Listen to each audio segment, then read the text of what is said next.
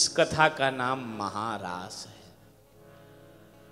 और काम की पराजय का नाम ही महारास है। कामदेव की पराजय का नाम ही महारास है।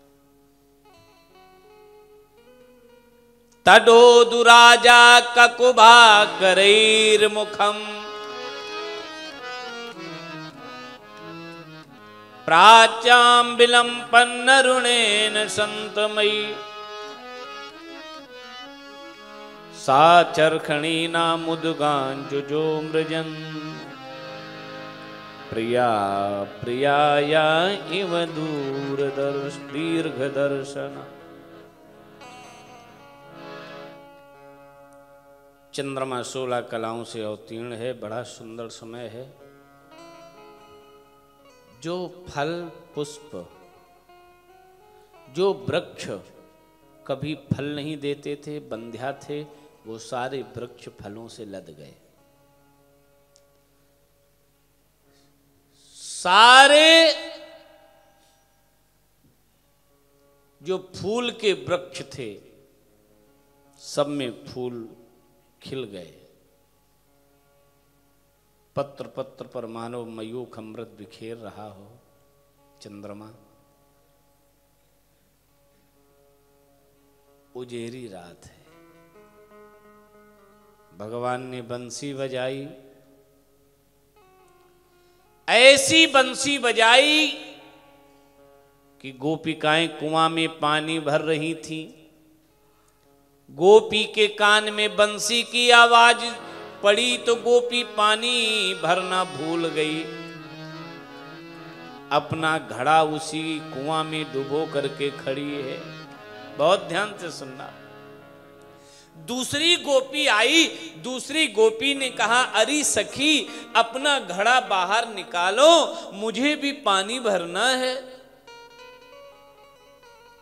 उस गोपी ने कहा, मोरी गलती नाए। फिर किसकी गलती है?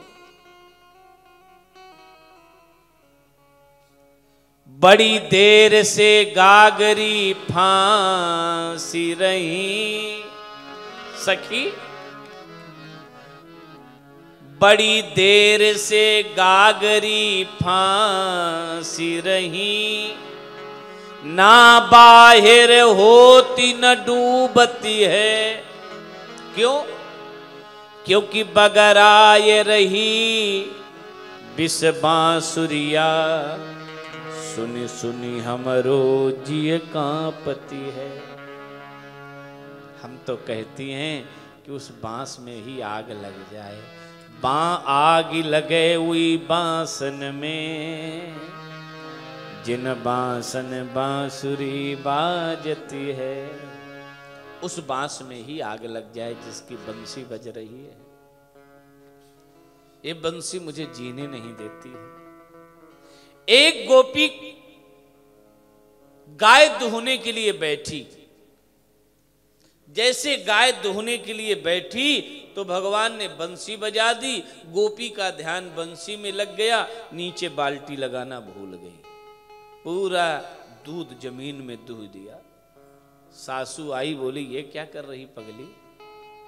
पूरा दूध जमीन में दुह दिया। बोले, मैया मोरी गलती ना है, उस बांसुरी की गलती है। मेरा ध्यान बांसुरी में चला गया।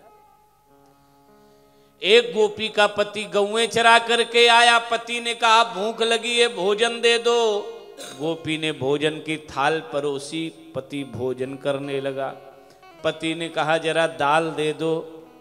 गोपी ने दाल के लिए चिमचा उठाया, तब तक प्रभु ने बंसी बजा दी।